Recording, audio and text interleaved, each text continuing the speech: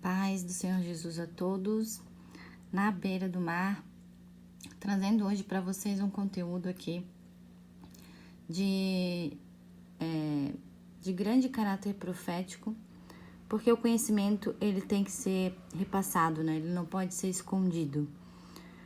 E são muitas as profecias a respeito desse líder aí, cruel e enganador, que apareceria no final dos tempos, o anticristo, para enganar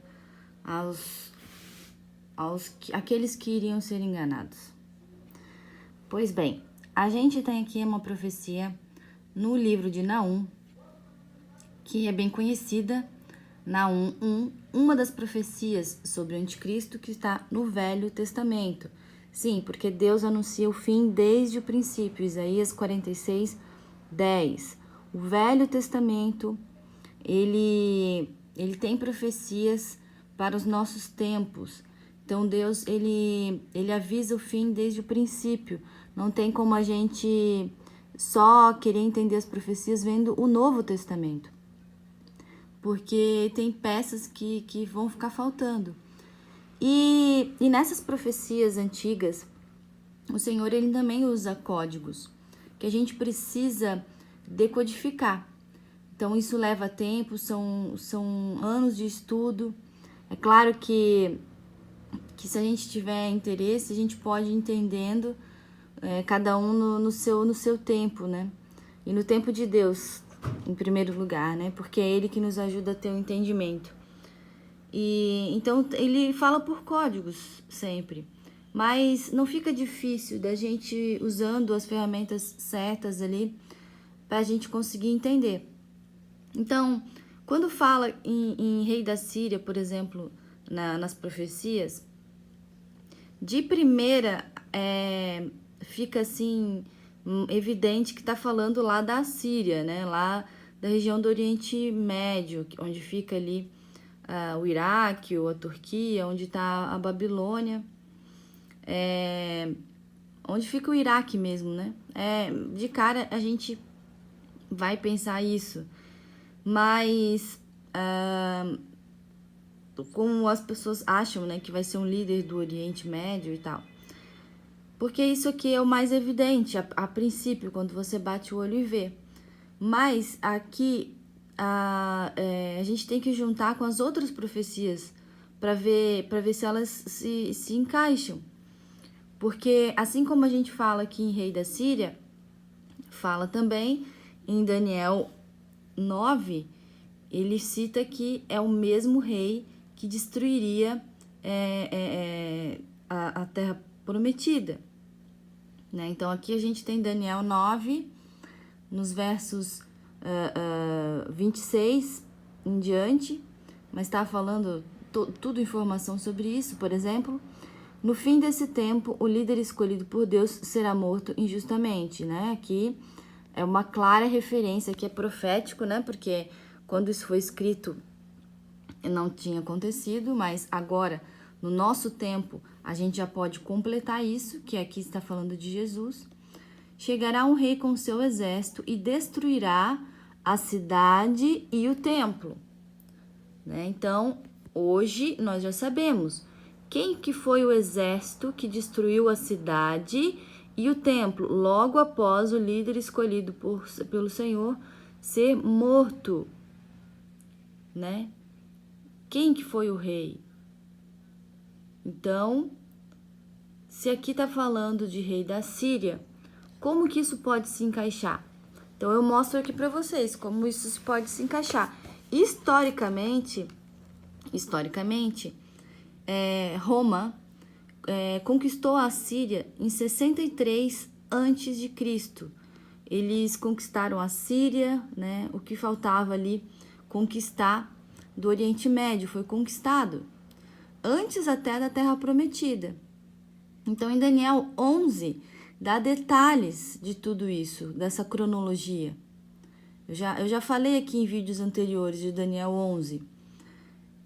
Então, a gente pode falar em rei da Síria como sendo Roma? Sim, podemos. E a gente sabe que quem destruiu o exército quem destruiu a terra prometida foi Roma, como está em Daniel 9? Sim. Ou seja, quando fala em rei da Síria, ou rei da Síria, ou rei do norte, está falando de Roma. E eu tenho mais uma prova aqui também. Para quem tem não sei se vai aparecer isso em todas as Bíblias, mas na tradução NTLH, a gente tem aqui em 2 Pedro, quer dizer, em 1 Pedro, tá? Aqui, 1 Pedro, a gente tem uma clara referência sobre isso, ó. Ele termina a carta dizendo assim, as saudações, né? Terminando a carta. Continuem firmes, pois nessa graça, a igreja que está em Babilônia, escolhida também por Deus, manda saudações. E aí tem uma referência aqui na Bíblia, ó. Então, 5, né, que a gente está no capítulo 5, verso 13, provavelmente a cidade de Roma. Também era chamado de Babilônia, porque eles dominaram a Babilônia, tá? Então, provavelmente, se a gente tivesse, se o tempo, às vezes, não apagasse as coisas, a gente saberia disso hoje também.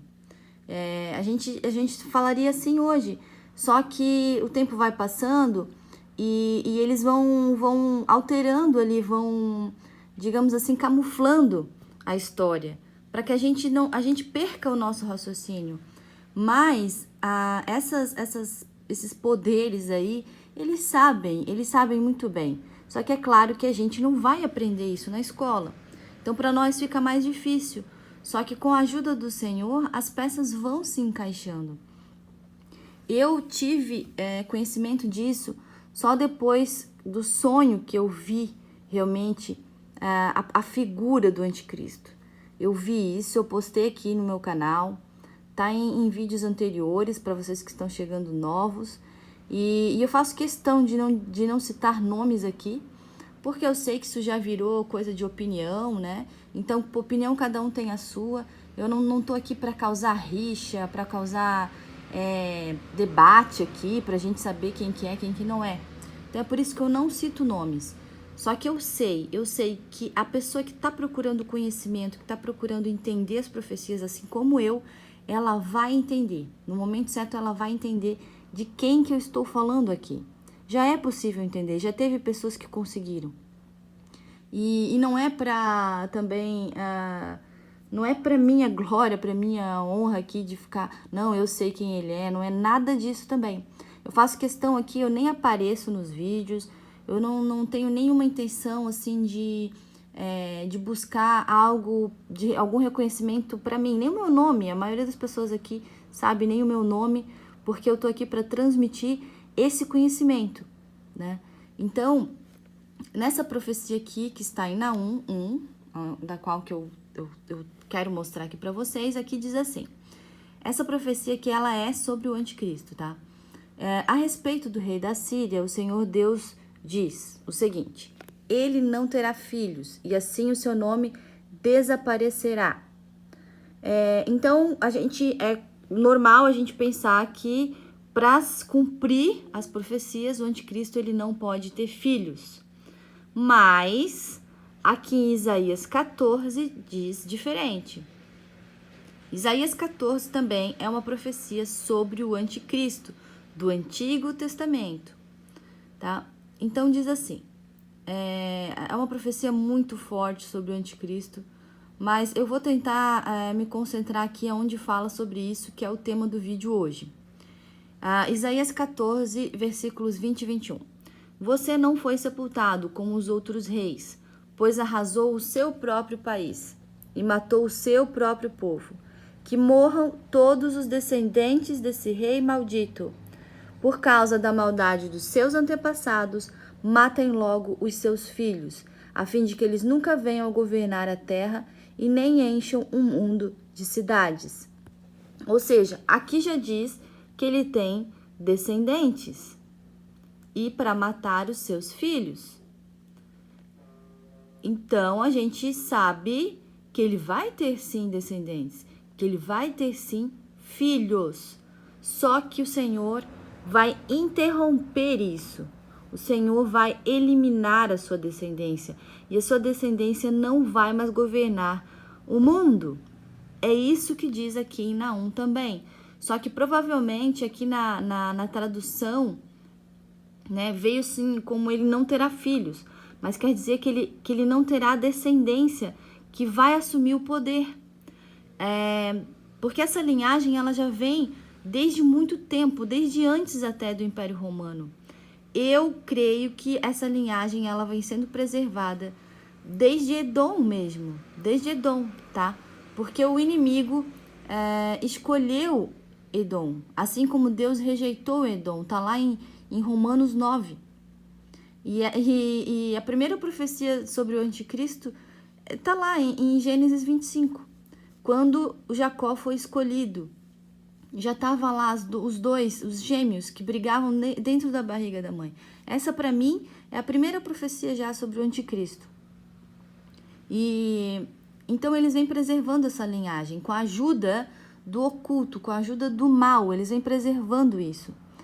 E olha o que eu encontrei aqui. Só antes eu quero trazer também Daniel 8, porque assim, todas essas profecias elas se encaixam. Todas as profecias elas se encaixam. Porque a gente tem que lembrar que a palavra do Senhor, ela vem dele. Deus usa os homens para transmitir a sua mensagem. Então, não vai se contradizer. Todas elas têm que se encaixar e todas elas se encaixam com Roma. E aqui em Daniel 8, a gente tem assim, tem aquela profecia, né, sobre os reinos e que aí a continuidade, né, que estavam dominando o povo do Senhor na época, que iriam dominar até o fim. Aí a gente iria passar, né, na época do Daniel, ele pegou essa transição entre a Babilônia, depois foi para Pérsia, e aí futuramente, né, porque daí só se cumpriu depois, foi para a Grécia, né? Daniel não viu isso aqui acontecer, mas a gente que já está no avançar da história, a gente sabe. E da Grécia, ele passou para isso, foram os 4 generais de Alexandre, né, que nasceram do primeiro chifre. Então aqui tem todo o linguajar da profecia, mas a gente sabe que são os 4 generais de Alexandre, e que também se repete lá em Daniel 11, com mais detalhes. E os 4 generais deles, os 2 mais importantes são Seleuco e Ptolomeu, tá? E de Seleuco, que descende, que vem toda a linhagem. Se você for estudar a história, você sabe que a Grécia e Roma, eles estavam ali unidos entre as suas famílias também, né? Tanto que um dos descendentes lá de Seleuco foi levado para o Império Romano depois, né? Então, essas profecias, a continuidade de Seleuco é Roma, entendem? Então, esses 4 chifres, os mais importantes são Ptolomeu e Seleuco. Ele passa posteriormente para Roma. E aí eles brigam entre si, casam entre si durante a história. Vai estar lá mais completo em Daniel 11. Tanto que na história, um exemplo, a gente tem ali os imperadores romanos, por exemplo, envolvidos com a Cleópatra, que era imperadora lá do Egito. Então, esses generais ali, a descendência deles, as linhagens deles, sempre estão uma hora brigando, uma hora casando. E aí tá aqui. Eles não serão tão poderosos como o primeiro, é verdade, porque o primeiro estava unido, né, lá com a figura do Alexandre. Mas os outros não, eles iam estar divididos, né? E quando o fim desses reinos estiver perto, ó, porque aí a gente tem que lembrar também lá de Daniel 2, da estátua, que da Grécia sairia para as 2 pernas, todos nós sabemos que está falando de Roma, e que esses impérios só vão ser destruídos pelo próprio Senhor, ou seja, eles iam continuar até o final, e é isso que nós vemos hoje. E ainda fala lá na profecia em Daniel 2, que eles iam manter os seus poderes através de casamentos, e é assim que eles fizeram durante toda a história. Você precisa estudar lá quem que foram os regentes do Sacro Império Romano. Foram os reis europeus, todos eles, e eles vêm preservando essa linhagem. E quando o fim desses reinos estiver perto e as suas maldades tiverem chegado ao máximo, né, os tempos que nós estamos vivendo na profecia isso, as maldades deles estão chegando ao máximo, aparecerá um rei cruel e enganador. Ele ficará cada vez mais poderoso, mas não pela sua própria força. É isso que está faltando ainda para o anticristo, porque não vai ser pela sua própria força. Ele vai receber poderes sobrenaturais. E aonde que a gente vê isso se confirmando? Em Apocalipse 13. Quando você lê Apocalipse 13, vai estar lá escrito que ele vai receber esse poder do dragão, né? Do próprio Satanás. E eu creio, tenho motivos para crer, que durante os 3 dias de escuridão, isso vai acontecer, isso vai se cumprir. E por isso que eu digo, eu afirmo, dou meu testemunho, que durante esses dias vai acontecer a apostasia. A apostasia vai ser a revolta contra Deus. Então Satanás e seus anjos vão ser expulsos do céu e vai chegar a hora de o anticristo receber esses poderes sobrenaturais. E vai ser a última coisa que a igreja vai ver aqui neste mundo, é essa manifestação dele, do anticristo, porque ele já está na terra. Ele já sabe que é ele. O mundo inteiro ainda não sabe. Eu creio que muitos já, mas porque ele já cumpre todas as profecias. Ele é um líder militar também, inclusive, e fala com muito orgulho. Há muitas pessoas já o idolatram, mas ele ainda precisa receber isso aqui, esses poderes, né, sobrenaturais. Isso aqui ainda está faltando se cumprir. Quando isso acontecer, é o último sinal que a igreja vai ver neste mundo. Para mim, que creio no arrebatamento antes da grande tribulação. Só que eu não creio, como muitos pré-tribulacionistas, que creem que a apostasia já se cumpriu. Isso eu não creio. A apostasia ainda não se cumpriu. A apostasia não vai ser algo que vai se cumprir aos poucos. A apostasia vai ser essa revolta contra Deus. E vai ser algo grandioso, vai ser algo que é incontestável e que vai ser para todos no mundo inteiro. Quando isso acontecer, todos nós vamos ver. E olha o que eu encontrei, né? Porque desde que eu tive essa revelação, nesse sonho, eu venho estudando sobre isso e eu venho encontrando muitas coisas das quais eu coloquei, muito do que eu encontrei, né? Os vídeos, eu venho salvando nessa playlist Edom, Esaú e Roma.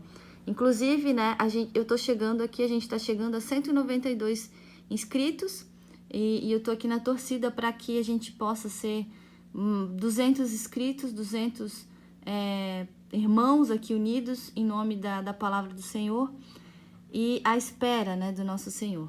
Então, continuando aqui, eu tô salvando esses conteúdos que eu venho encontrando desde então, e tem muito conteúdo sobre isso que confirma tudo isso que eu tô falando aqui, para que vocês vejam que não é algo que só eu tô dizendo aqui, são estudos antigos, né, de muitas pessoas que tiveram acesso a isso, e quando eu vejo essas coisas, só confirma que o meu sonho vem de Deus, porque eu não sabia de nada disso. Eu tenho 40 anos, inclusive a minha geração sabe, né, que todos os filmes, séries, tudo que a gente via, esses países, né, eles sempre eram os heróis das histórias, eles sempre eram os heróis. E aí agora eu ver que eles são os vilões, perceber que eles são os vilões, foi muito difícil para mim. Eu não tinha esse entendimento mesmo. E eu achei esse vídeo essa semana aqui, um vídeo muito interessante até. Não vi ele ainda por inteiro, mas o pedacinho que eu vi eu achei bem interessante, eu quero trazer aqui para vocês. E então vai rodar um pouquinho desse vídeo, mas eu já encerro dizendo para vocês que eu venho trazendo tudo isso realmente porque eu não quero esconder isso que eu recebo, esse conhecimento, mas cada um eu sei que vai ter o seu tempo, eu respeito a opinião de cada um, e eu quero dizer a todos que cada dia a gente vê se confirmando todas as profecias, é a última hora. Se prepara, igreja, que o noivo vem.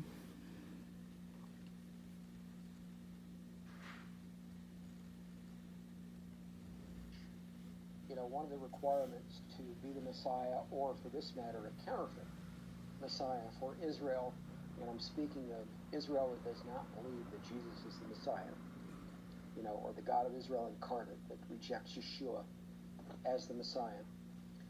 They're looking for a person to come along who can show a credible lineage with descent from Israel's ancient King David. Now, Israel's ancient genealogical records were destroyed when the Romans, sacked Jerusalem in 70 AD roughly, and then later, early in the 2nd century with the Bar Kokhba revolution, leveled what was left. The genealogical records of the nation of Israel were destroyed and lost with that. So for anybody to come along today and attempt to show a lineage to King David is challenging, to say the least. But as it turns out, the British monarchy has a fairly granular genealogical record. Queen Elizabeth II's official lineage, in fact, was published decades ago. And I offer it as a chart through Prophecy House, the actual official lineage chart of Prince Charles' mother. And on that chart, they make explicit claim to descent from King David. The British monarchy makes explicit claim to sit upon the throne of David. They make explicit claim to be the royal house of Israel and the royal lineage of King David. And for whatever reason, that